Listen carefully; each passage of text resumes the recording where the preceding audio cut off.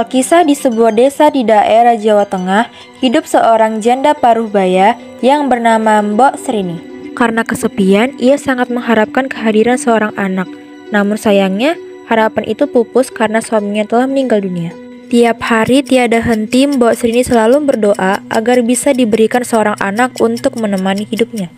Suatu hari, raksasa hijau atau buto ijo yang kebetulan lewat mendengar doa Mbok Srini, dengan suaranya yang menggelegar, raksasa itu berkata, "Hei wanita tua, apakah kau sungguh-sungguh menginginkan seorang anak?" Mbok Srini terkejut.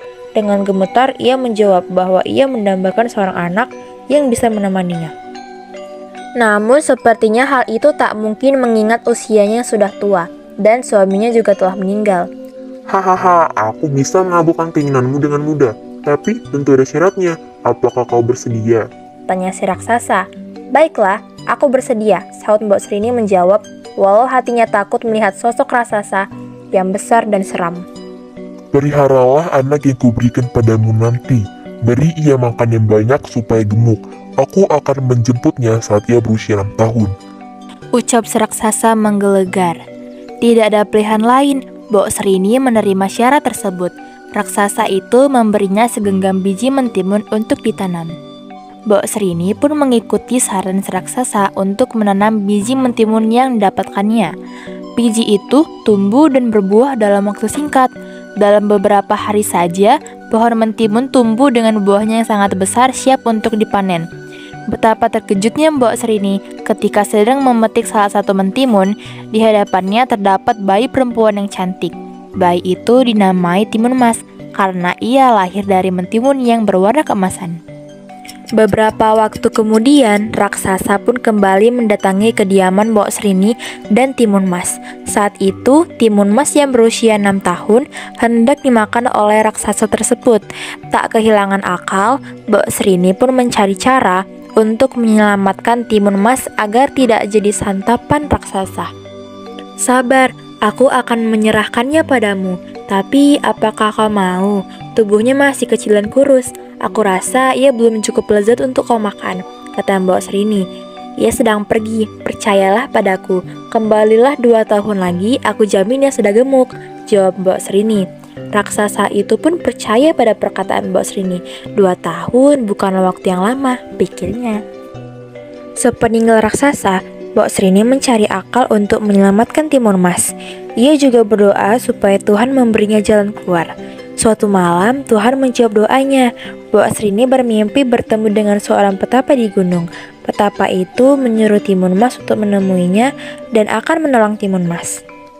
Setelah berhari-hari mendaki, Timun Mas akhirnya mencapai puncak gunung. Ia melihat seorang nenek tua yang berjubah putih. "Permisi, Nek. Namaku Timun Mas. Ibuku bilang nenek akan membantuku melawan raksasa jahat yang hendak menyantapku." "Oh, kau yang bernama Timun Mas? Ya, aku memang mendatangi ibumu lewat mimpi. Cucuku, jika raksasa itu kembali, berlarilah dengan kencang. Langkah kakinya lebar. Aku pasti mudah tertangkap," kata Timun Mas terheran. "Ambillah 4 buah bungkusan kecil ini. Lemparkan satu persatu ketika kau melarikan diri," jawab petapa itu dengan tegas. 2 tahun berlalu, saatnya raksasa kembali untuk mengambil Timun Mas. Tiba-tiba terdengar langkah kaki dan teriakan menggelegar. "Mbok Srini, mana anakmu? Aku sudah lapar." Teriaknya, "Kumohon, jangan makan dia," pinta Mbok Srini. "Raksasa, kau sudah berjanji, kau tak boleh mengingkarinya," jawab raksasa. Dengan terpaksa, Mbok Srini membawa Timun Mas untuk menemui raksasa itu. Timun Mas berbisik padanya. "Jangan khawatir, Bu." Timun Mas segera membuka bungkusan pemberian nenek petapa itu. Bungkus pertama ternyata berisi mentimun. Ia melemparkannya ke arah raksasa. Keajaiban pun terjadi menjadi ladang timun yang buahnya sangat banyak. Langkah raksasa pun tertahan oleh ladang timun itu.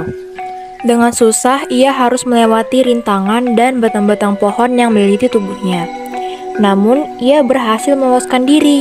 Ia bertambah marah. Kemudian bungkusan kedua itu berisi jarum. Timun Mas melemparkan jarum-jarum itu dan berubah menjadi pohon-pohon bambu yang tinggi dan berdaun lebat. Raksasa harus bekerja keras untuk menerobos pohon bambu itu. Timun Mas membuka bungkusan ketiga. Sambil berlari, ia melemparkan isi bungkusan itu, yaitu garam. Lagi-lagi keajaiban terjadi. Garam itu berubah menjadi lautan yang luas. Namun lautan itu tak menjadi penghalang bagi raksasa. Ia berenang melintasi lautan itu dan berhasil mencapai tepi. Raksasa mulai kelelahan, tapi mengingat lezatnya daging timun emas, ia kembali bersemangat berlari. Timun emas ketakutan melihat kekuatan raksasa itu. Bungkusan terakhir adalah harapan satu-satunya. Sambil berdoa, timun emas membuka bungkusan keempat. Isinya terasi.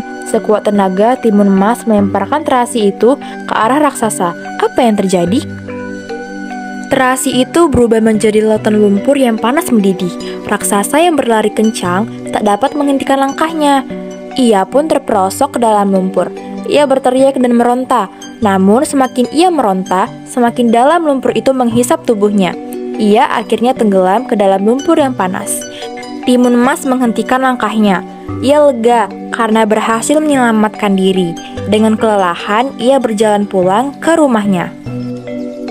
Mbok Srini yang terus menangis sepeninggalan timun emas sangat bahagia ketika melihat kepulangan putrinya. Mereka berpelukan dan mengucap syukur pada Tuhan atas pertolongannya. Sejak saat itu, Mbok Srini hidup bahagia bersama timun emas.